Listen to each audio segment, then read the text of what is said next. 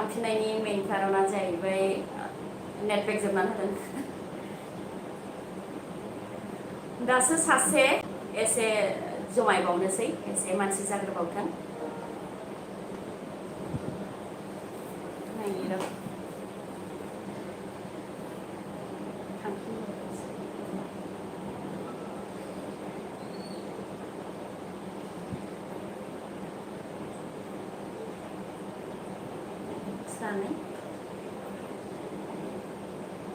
सानै अनलाइन थाफैनाया सोर सोर दोनाय खोन्थानाय नामखौ कमेन्ट हरनानै हाय आब' मा खबर खबरा मोजां आगै नेचार भिडिअ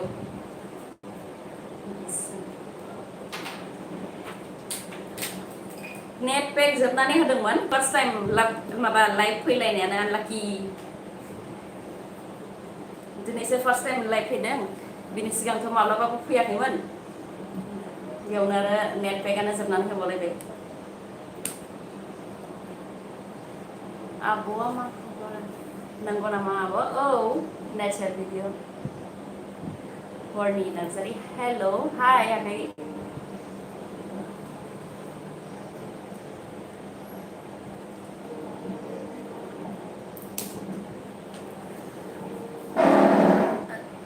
माबानि थाखाय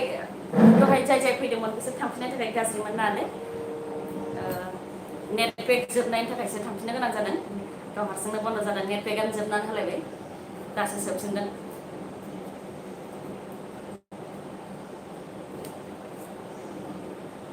51 आरो एसे थाब थाब फैबा मोजां जागौ बयबो दहाय गोबाङानो जइन जाबायमोन नेट पेकआनो जोबनानै होबाय माथो खालामनो आनएक्सपेक्टेड मोजां ना आब' मोजां नेरसोन बसुमतारी मोजां आगै मोजां खबर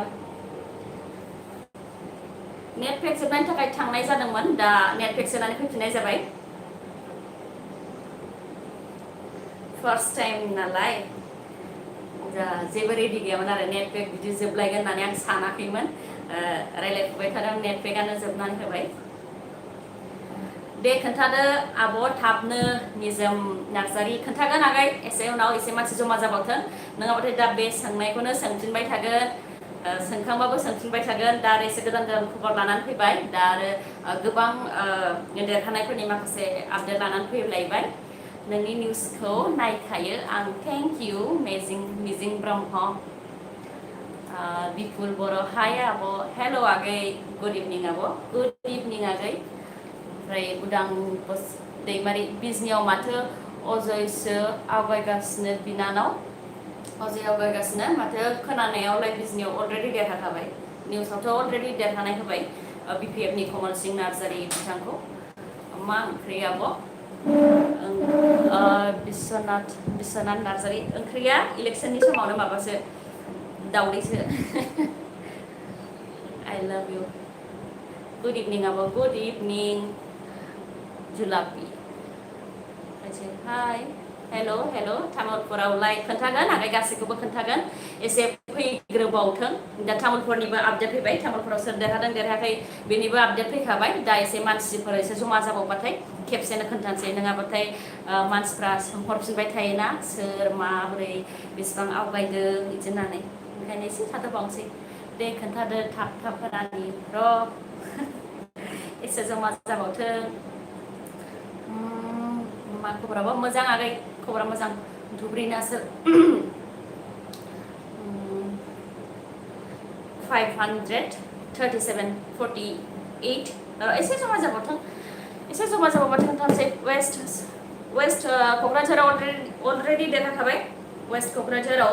सोनाब क'क्राझाराव मनरन्जन ब्रह्मआ जेनबाय इउपिपिएलनि मनरन्जन ब्रह्मआ बिपिएफनि माबाया देरहाबाय रबिराम नार्जारि बिथाङा देरहाबाय सोनाब क'क्राझारनिफ्राय बिपिएफनि फ्राय देरहाबाय सोनाब क'क्राझारनिफ्राय आं जिखिनि आपडेट मोनदों बेखिनिखौ आं नोंथांमोननो होलांगोन जाखिनि निउस कालेक्शन खालामनानै आं मोनदों निउसनिफ्रायसो कालेक्शन खालामनानै आंबो होखायो नालाय बिदिथ' जोंहाथ' बिदि दस्राफोरनि चेनेल बायदि मानसि दैथायहरलायनाय भट मिरुआवनो बिसोरनिफ्राय आपडेट मोनबाय थानाय बिदिथ' जोंनिया नङा दा निउसाव जि मोनो बेखौनो कालेक्शन खालामनानै जों होयो ओमफ्राय आब' फानेरियाव फरायस्लाबनो हाबा माथो आब' हाग्रामा सारनि जेबो खबर गैया नामा हाग्रामा सारनि खबरखौ गैयाखौनो बुंनांगोन नुजाथाराखै हाग्रामा सारा इलेक्सन माबानि बे आसाम बिधान सभा बिसायख'थिनि उननिफ्रायनो बिथांखौ नुनो मोननाय जायाखै बिजनियालाय सोर देरहागोन सोर देरहाखो गासिबो खबर दङ एसे नेथ'बाव एसे दसे नेथ'बाव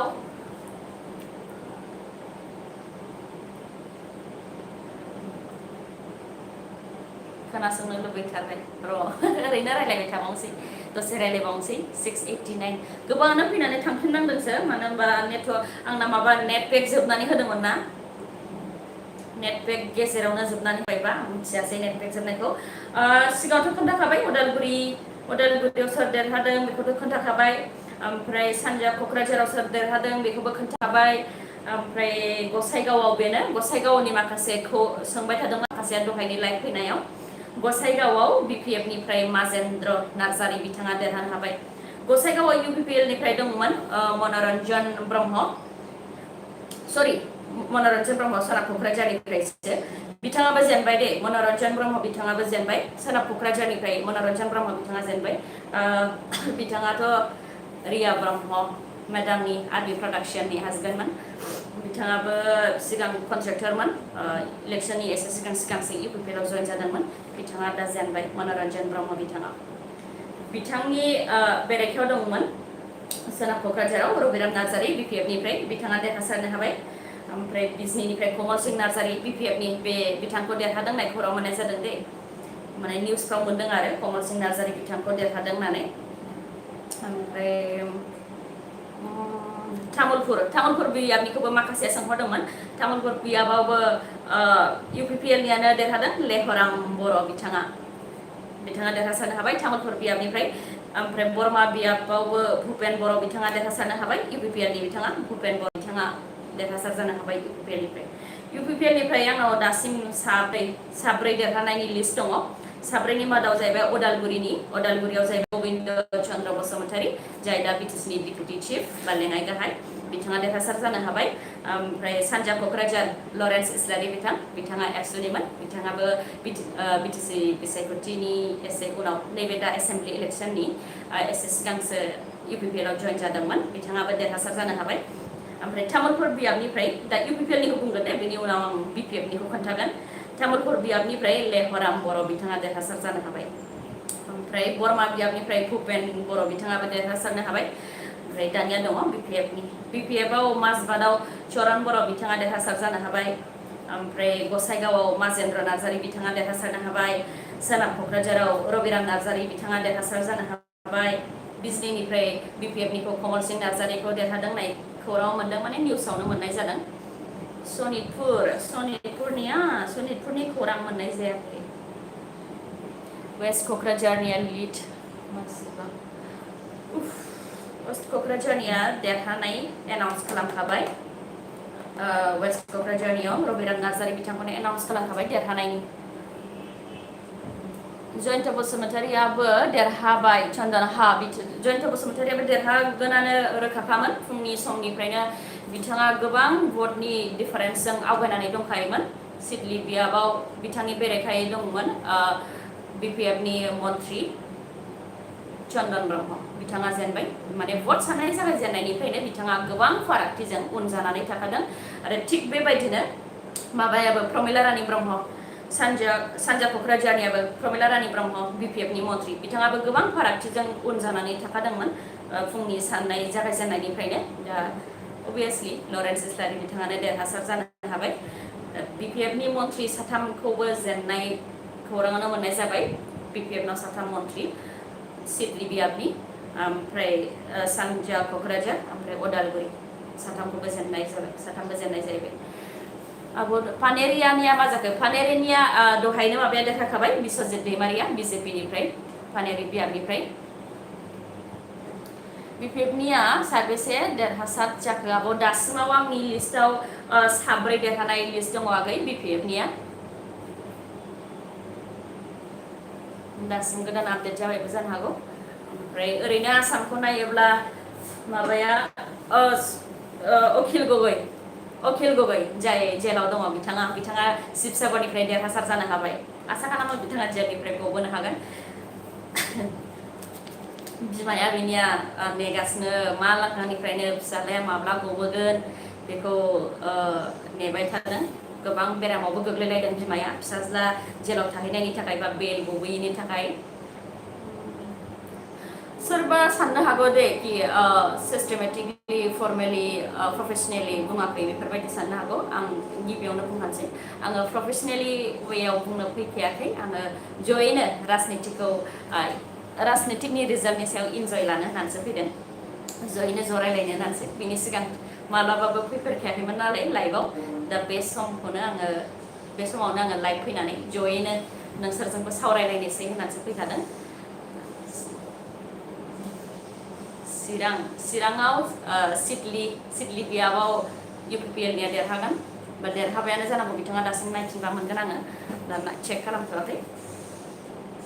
आरो बिजनीनिखौ कमल सिंह नार्जारी BPFनिखौ देरहादों होननानै खौरां मोननाय जादों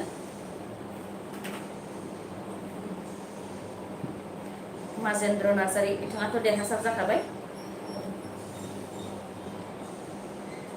गसाइगावनिफ्राय माजेन्द्र नार्जारी बिथाङा देरहासार जाखाबाय चापागुरि समष्टियाव UG ब्रह्म देरहाबाय बेखौ आं बुंखाबाय चापागुरि बियाबनिफ्राय UPPLनि UG ब्रह्म बिथाङा देरहासार जानो हाबाय चापागुरि बियाबाव सोर बांसिन मोनगोन आं बुंनाया गोब्राब जागोन मानोना आं बे फिल्डआव ओंखाराखै राजनितिकनि फिल्डआव आं ओंखाराखै राजनितिकनि फिल्डआव ओंखारोबासो रायज्लायनायजों मानायजों थाल मोनो सोर बांसिन माबायदि खामानि मावदों सोर इलेक्सनाव देरहानो थाखाय केम्पेइनखौ सोर माबायदि खालामदों सोरनि मेनिफेस्ट'फ्रा माबायदि बेफोरखौ मोनसे पार्टियाव थायोबासो फुरा मिथिजोबगौमोन बेनिखायनो बुंनाया गोरलै जानाय नङा आं बुंनाया गोरलै जानाय नङा आरो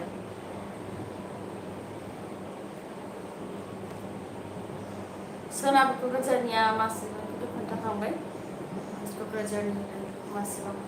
सोनाब क'क्राझारावबोथ' BPFआनो देरहाबाय गसाइगावनियाव BPFआनो देरहादों माजेन्द्र नार्जारी बिथाङा देरहाबाय गसाइगावनिफ्राय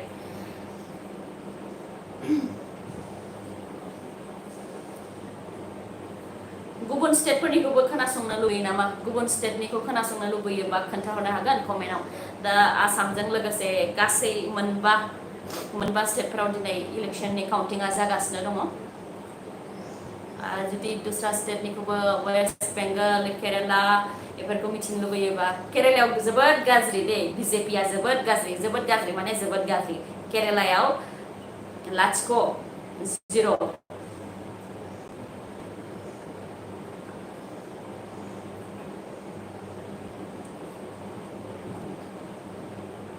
देरहानायनि चान्सआ आसामाव केरेलानिखौ कंग्रेस प्लासआ 41 लेफ्टआ 99 BJPआ जोबोद गाज्रि 0 पुडुचेरियावबो BJP प्लासआ 12 आसामावनो मोजां रिजाल्ट खालामनायनि आसा दङ माबाया BJPआ वेस्ट बेंगलावबोथ' TMCआ आवगायलांखाबायानोखा दहायनो माने डाबल फ्राम जाहैखादों वेस्ट बेंगलावबो TMCखौ फेजेननो थाखाय BJPआ गोबां नाजादोंमोन वेस्ट बेंगलाव सोनाब बंग'आव दा आं सानदोंमोन कि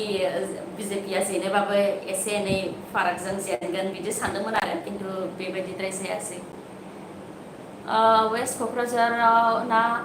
बेंगलफोरनि थाखाय जाबाय UPPA बांगालफोरनि थाखाय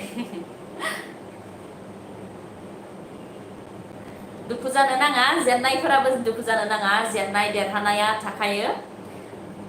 गासैयावबो जुदि नोङो मोनसे कम्पिटिशन बादायलायनायनि फिल्डआव ओंखारदोंबा बेयाव जेननाय आरो देरहानाय मोननैबो थाखागोनखा हाग्रामा साराबो देरहायाखै नामा हाग्रामा साराथ' केन्डिडेट नङा हाग्रामा सारनि केन्डिडेट नङा बियो गसाइगावनियाव माबाया देरहाबाय BPFआ देरहादों माजेन्द्र नार्जारी बिथाङा देरहादों उदालगुरिनिया सोर देरहाखो आब' उदालगुरियावबोथ' दहायनो देरहासार जानो हादों गबिन्द चन्द्र बसुमतारी UPPL निफ्राय धुब्रीनि खबर गैया नामा आब' धुब्रीनि खबरखौ आं बिदि लानाय जायाखै बांसिन आङो BTR ओनसोलनिखौ बांसिन फकास होनाय जादों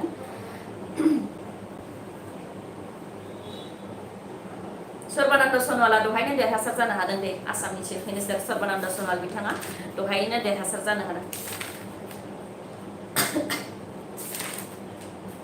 माजुलि बियाबनिफ्राय गेलेदोंमोन बिथाङा दहायनो देरहासार जानो हादों BJPनि रन्जित दासआबो दहायनो लिडिंआव दंमोन अखिल गगैयाथ' देरहाखाबाय बिथाङा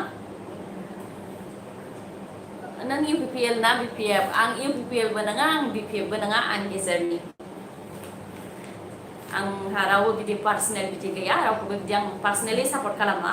बा आं UPPL खौनो मोजां मोनो बा आं BPF खौनो मोजां मोनो आंनिया बेबायदि नङा आंना गेजेरनि जाय खामानि मोजां मावगोन आं बेखौ मोजां मोनगोन आरो जाय सरकार फैगोन आं बेखौ सनमान होगोन सोरखौबा सैनाय सैयि बेबायदि गैया आंनिया ओरैनो राजनितिकनि बेलायावल' नङा बियो मानसिनि बेलायावबो आंना बिदि सोरखौबा सैनाय सोरखौबा सैयि गैया दा आंजों जुदि मोजांबा आं मोजां आंजों गाज्रिबा जुदि गाज्रि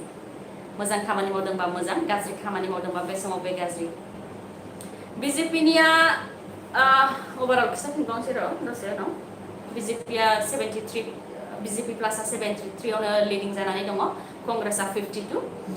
BJPया 47 देरहाखाबाय ओमफ्राय कंग्रेस प्लासआ दासिम 28 देरहाबाय BJP प्लास come everyday in live where you have to say सानफ्रामबोथ' लाइभ फैनो हाया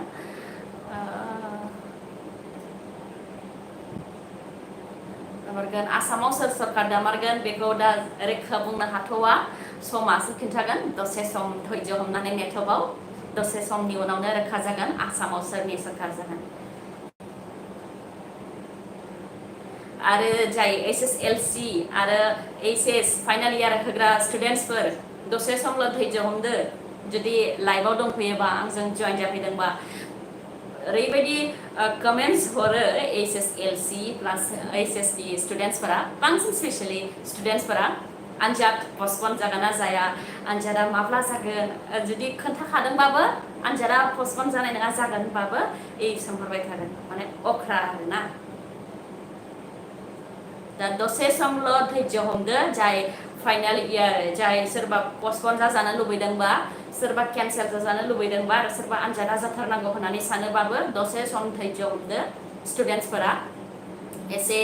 एग्जामनि खबरखौ मोनबा खोन्था आब' सेकेन्ड इयारनिखौ जाबाय होमबा नै सिन्था दाख्लामागै मोनबाथ' खोन्थालांखागोनानोखा खोन्थाखायोआनोखा फार्स्ट इयारनियालाय आब' स्टुडेन्टफोराबो जइन जाफैखादों नामा गोबां स्टुडेन्ट दंफैयो नामा लाइभआव एग्जामनि खोथा होननाय लोगो लोगो जाबायानो आरो कमेन्ट हरनांगौ एग्जामनि सोमोन्दै सोंनांगौ है ना सिन्था दाख्लाम SSLC एग्जाम होग्राबाबो सिन्था दाख्लाम फरायनायखौ कन्टिनिउ खालाम फरायनाया जुदि आनजादा जाया मालाय मा जानो जुदि नोङो सोलोंनानै थायोबा रोंनानै थायोबा बियो ओरैनो थांगारा बियो खामानि होगोन ना उननि समावबो फरायालासे पास खालामनायखौ जे एसे गिनांगौ उनाव हाहैनाय नङा जे गोब्राब जाहैगोन उनाव ओंखायनो एकाडेमिक सिजननिखौ बेखौ फरायलांनांगौ फरायनायाथ' रावनाबो वेस्ट थांखाया रावनिबो सोलोंथाइया नस्थ' जाया जि जों सोलोंबोदों बियो लस जानाय नङा हेमेन्टनि खबरालाय सिस्टार हेमेन्ट बिश्व शर्मा बिथांखौ दहायनो जालुकबारि बियाबाव देरहासार जाबाय होननानै खौरां मोननाय जादोंमोन ओमफ्राय आनजादा जाबा मोजां जागौमोन आब' गोबाङानो जाजानो लुबैयो गोबाङानो केन्सेल जाजानो लुबैयो गोबाङानो पस्टपन जाजानो लुबैयो आब'आ बिजनि मा गामि आं बिजनि टाउननिनो SSLC स्टुडेन्टफ्रा एखे जाबायानो चान्स मोनबाय स्टुडेन्टफ्रा गावसोरनि खोथा बुंबाय नालाय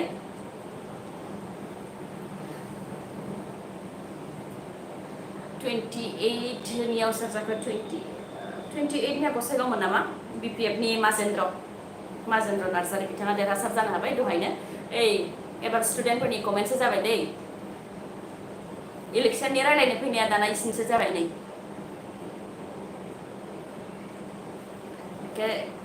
खाबुल' नांथारगौ स्टुडेन्टफोरनिया एग्जामा केन्सेल जागौबा जागौबाथार सोरबा साननो नाङा आंखौ प्रफेसनेल वे बुङाखै होननानै आङो ज' डिसकास खालामनो होननानैसो फैखादों ज' इलेक्सननि बे महरखौ इन्जय खालामनो होननानैसो फैखादों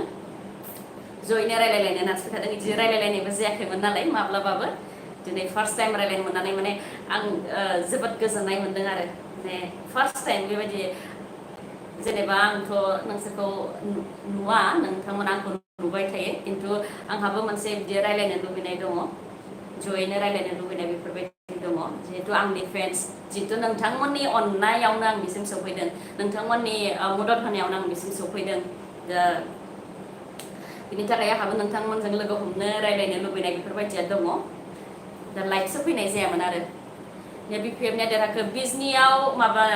BPFनिखौ देरहादों होननानै खौरां मोननाय जादों आरो दा आङो चेक खालामफिनाखै निउस पर्टेलफ्राव मोननाय जाखाबायमोन BPFनिखौनो देरहादों होननानै दा चेक खालामफिनाखै दा आरो सोरबा सोरबा गोदानसो देरहाफिनबावबाय नामा तामुलपुरनियावथ' माबायानो देरहाखाबाय लेहराम बर' UPPLनिफ्राय दिनै इन्ट्रेस्ट नांखादों आब'आ दिनै जा आङो इलेक्सनखौ आङो इन्जय लायो बिराद इन्जय लायो इलेक्सनाव मानो होनबा आं इन्जय लायो होनबा आं रावबो पार्टिखौ आं बिदि पार्टिकुलार सापर्ट खालामा जायनि थाखाय आं इन्जय खालामनो हायो आरो जायखि जेखि बुङा आं बेयाव इन्जय लानो हायो आरो रावजोंबो बिदि गाज्रि मोनलायनाय गैया नालाय इलेक्सनाव जायखि जेखि बुङा सोरबा देरहादोंबाबो आं बेयाव खुसि जेनदोंबाबो आं बेयाव दुखु माने बिदि गैया आरोखि ना बे देरहानाङामोन बेसो देरहानांगौमोन बे सरकारा मानो फैखो आंनाव बेबायदि गैया मोनसेल' खोथा माने बर'नि होनबाथाय आंना एसे खर'आ गरम जायो बर'आव एसे बांसिन गोसोआ गलिलाङो आरो बर' फारसे बर' जाथिनि फारसे आदारवाइस राजनितिकआव जायखि सोरखार फैया मानो आं जेबो मोना खामानिखौ मोजाङै मावलांनांगौ बेखौनो आसा खालामो आरो बे खामानिखौ नायनानैनो आं भटखौ होयो बेनो आरो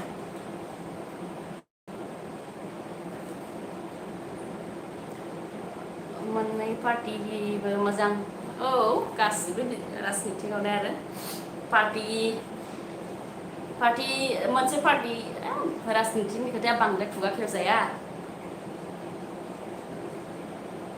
माबा मोनसे बुंबा माबा मोनसे मिनिं ओंखारहैयो ओंखायनो राजनितिकआव बांद्राय हाबियानो मोजां राजनितिकआव बांद्राय हाबनाय माने सुथुर जानाय ओरैनो ओंखायनो सा इन्जय ला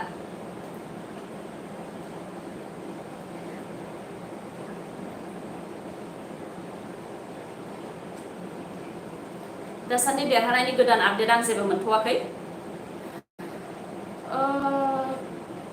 सोर देरहागा मायो कसुगाव बियाबथ' गैया खोमा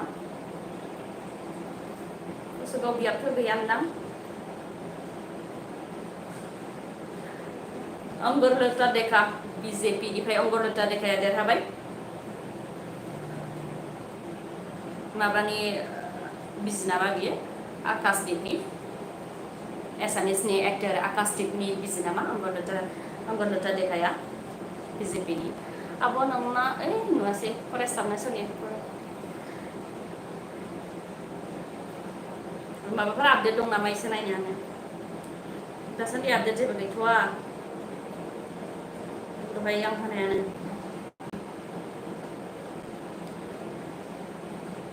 जालुकबारियावथ' BJPनिफ्राय हेमन्त बिश्व शर्मा बिथाङानो देरहाबाय मा होनो नामा गथ'फ्रा लेट्स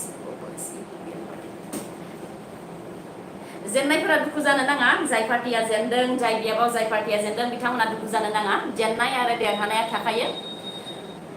दावहायाव ओंखारबाय जेब्ला जेननाय आरो देरहानाया थाखागोनखा जेननायाबो मोनसे मोजां नलेजसो होगोन नोंथांखौ नेगेटिभ माबायावबो पजिटिभ नागिरनानै लानांगौ जायो आंबोथ' बेबायदिनो फैदों इउटुब चेनेल खुलिनाया माने कर'ना भाइरासनि लकडाउन जानायाव आङो बरिं जानानैसो मा खालामगोन मा मागोन जानानैसो आङो इउटुब चेनेल खुलिदोंमोन इउटुब चेनेल खुलिनानै दा आं बेसिम सफैनो हादों दा आं 9 मासल'सो जादों इउटुबाव बे लकडाउननिफ्रायसो आं स्टार्ट खालामदों बिजनियाव सोर देरहाखो बिजनियाव कमल सिं नार्जारि बिथांखौनो देरहादों होननानै दहायनो खौरां मोननाय जादोंमोन आगै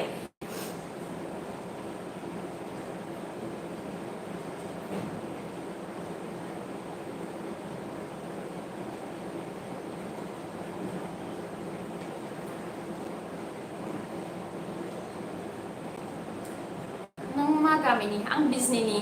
चिरां डिस्ट्रिक्ट चिरां जिल्ला बिजनीनि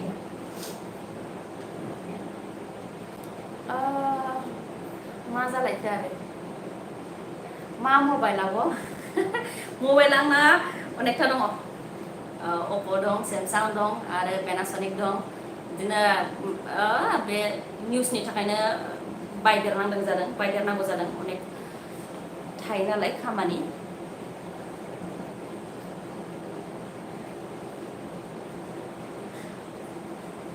जोबोद मोजां मोनदों थेंक इउ ओरैनोथ' माबानि थाखाय हाई क्वालिटी मबाइल नोंनि थाखाय आरो हाई क्वालिटी नेट स्पिड नोंनि थाखाय बांद्राय सार्प फैखायाखै अब्ला